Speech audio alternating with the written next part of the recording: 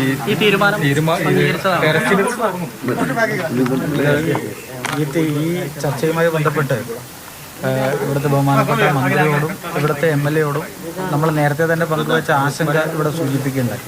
കാരണം നമ്മൾ നേരത്തെ തന്നെ പറഞ്ഞത് ഇത് കണ്ടിന്യൂ ചെയ്യുക എന്ന് തന്നെയാണ്. ആ ഒരു ആവശ്യം തന്നെയാണ് നമ്മൾ ഈ യോഗത്തിൽ മുന്നോട്ട് വെച്ചത്. പക്ഷേ അതെ, ശക്തമായി നമ്മൾ ആവശ്യം മുന്നോട്ട് വെച്ചു. കാരണം ഇത് ഓപ്പറേഷൻ നിർത്തരുത്, കണ്ടിന്യൂ ചെയ്ത് പോവുക എന്നുള്ളത്. കാരണം ഇന്ന് 3 മണിയോടുകൂടി തന്നെ നിർത്തുന്ന ഒരു സാഹചര്യമാണ് ഉണ്ടായത്. അപ്പോൾ പുഴയിൽ തന്നെ നമുക്ക് അന്വേഷണം ഊർജിതമാക്കണം. അതിന് ഏത് തരത്തിലുള്ള സഹായവും നമ്മൾ തരാം. കാരണം ഇതൊരു 2 സ്റ്റേറ്റ് തമ്മിലുള്ള ഒരു തർക്കത്തിലേക്കോ ആ രീതിയിലുള്ളൊരു വിഷയത്തിലേക്കോ അല്ലെങ്കിൽ ഒരു രാഷ്ട്രീയപരമായ ഒരു പ്രശ്നത്തിലേക്കോ ഒന്നും നമുക്ക് കൊണ്ടുപോകേണ്ടതായിട്ടില്ല.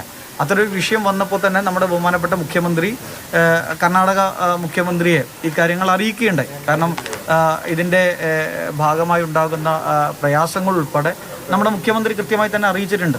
അതുകൊണ്ട് തന്നെ നമ്മൾ ഈ യോഗത്തിലും ആവശ്യപ്പെട്ട ഒരു കാര്യം നിർത്തരുത് എന്നാണ്. കാരണം സ്വാഭാവികമായിട്ട് അവരെടുത്തൊരു ഡിസിഷൻ ഇവിടെ സൂചിപ്പിച്ചു കഴിഞ്ഞു. കാരണം നമ്മൾ നേരത്തെ പറഞ്ഞ പോലെ തന്നെ നിർത്തരുത് എന്ന നമ്മുടെ ആവശ്യം ഏകപക്ഷീയ എന്നിൽ നമ്മൾ ആ മീറ്റിങ്ങിനകത്ത് നമ്മളുടെ എന്താണ് ആവശ്യം, നമ്മുടെ കൺസേൺ എന്താണ്, സ്റ്റോപ്പ് ചെയ്യരുത്, നമ്മൾ കണ്ടിന്യൂ ചെയ്ത് ഉന്നതതല യോഗത്തിന്റെ തീരുമാനങ്ങൾ വിശദീകരിക്കുകയായിരുന്നു കാർവാർ MLA-യും അതോടൊപ്പം തന്നെ വിജിൻ MLA-യും. 3 കാര്യങ്ങളാണ് താൽക്കാലികമായി നിർത്തുകയാണ്. അതിലൊരു സംശയവുമില്ല. അതിന് ഏറ്റവും പ്രധാനപ്പെട്ട കാരണമെന്ന് പറയുന്നത് പുഴയിലെ കുത്തൊഴുക്കാണ്. ഇങ്ങനെ കുത്തിയൊലിക്കുന്ന പുഴയിൽ തെരച്ചിൽ നടത്താൻ കഴിയുകയില്ല. കൂടുതൽ യന്ത്രങ്ങൾ അവിടേക്ക് എത്തിക്കേണ്ടതുണ്ട്.